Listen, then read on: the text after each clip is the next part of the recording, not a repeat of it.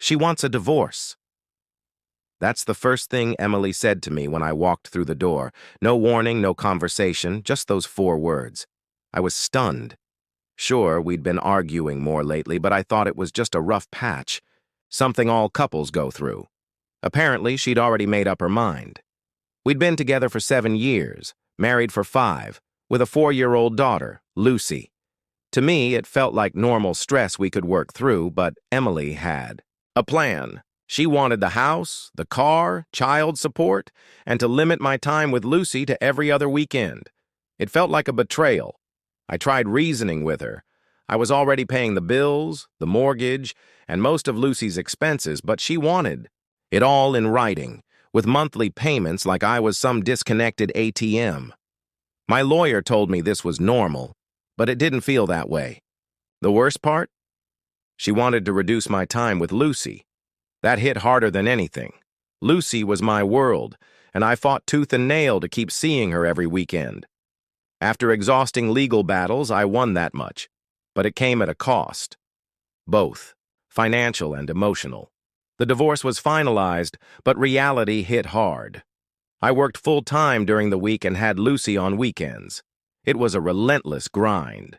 Bills piled up, child support drained my finances, and I moved into a tiny apartment. Still, I never let go of my time with Lucy. Then I lost my job. My boss, sympathetic at first, eventually let me go, citing slipping performance. Weeks turned into months as I scrambled to find work, but nothing paid enough. Savings dwindled, and I missed a couple of child support payments. Emily was furious. She didn't care about my struggles, just that the money wasn't in her account. She reported me, and a few days later, at 6 a.m., the police came knocking. They arrested me for unpaid child support. Sitting in that holding cell over the weekend, all I could think about was Lucy. How could I explain this to her? How could I make her understand that her dad wasn't a criminal, but someone trying to keep up in an impossible situation? By Monday, I stood before a judge who handed me a 5-month sentence in county jail. No sympathy, no acknowledgement of effort, just a punishment. In jail, I kept my head down, counting the days and thinking of Lucy. Letters from my parents helped, but the ache of missing my daughter never went away. One day, weeks into my sentence, I got a letter. It wasn't from my parents, but from Brandon, an old friend and someone Emily and I both knew. The envelope made my heart pound. I hadn't heard from him in years, not since a barbecue 2 years ago where he'd seemed off, like he was hiding something. Whatever it was, I had a feeling it could change everything.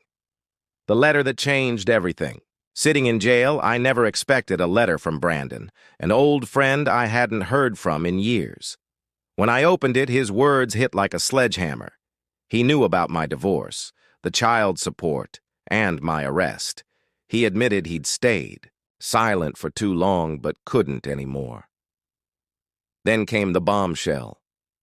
Emily had been cheating on me for years. The man she left me for wasn't new. He'd been there the whole time, even before Lucy was born.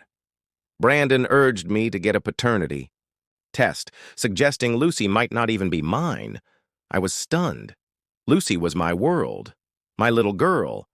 But suddenly doubt crept in. My mind replayed every odd excuse Emily had given, every late-night grocery trip. Pieces started falling into place in ways I never wanted them to. I knew what I had to do, get that test as soon as I was out. When I was released, I didn't waste any time. I hired a lawyer and explained everything, Emily's lies, the letter, and my suspicions. He agreed we needed to get the paternity test done and address the entire mess in court. The day of the test was emotionally brutal. Emily showed up with Lucy, her fury barely concealed. But when Lucy ran to me, smiling and wrapping her arms around my neck, my heart broke.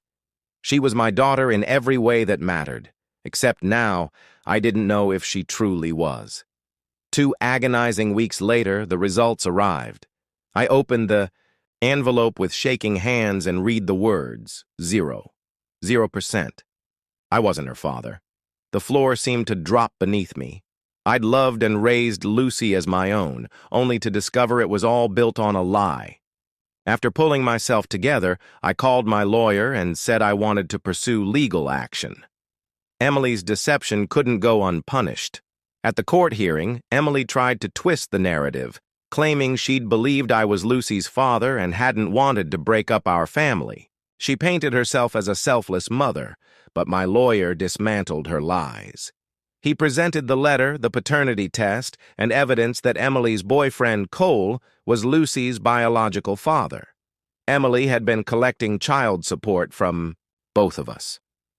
The judge saw through her. He ruled that Emily had committed fraud and ordered her to pay back the child support I'd paid. On top of that, she was sentenced to 3 years in prison. Hearing the verdict, I felt a sense of vindication. But as Emily was led away, the reality hit me. Lucy, who'd known me as her father her whole life, was losing her mother too. I'd won, but the victory felt hollow. The judge granted me primary custody of Lucy. Despite the paternity test, I was still her father in the ways that truly mattered. Cole was ordered to pay child support, but he showed little interest in stepping up. As I left the courtroom, I felt relief but also an overwhelming sense of responsibility. Emily's betrayal had nearly destroyed everything, but Lucy was still my daughter, and I was determined to give her the future she deserved. Life didn't look like I'd planned, but I had clarity now. I wasn't just fighting for justice. I was fighting for Lucy, and that fight was far from over.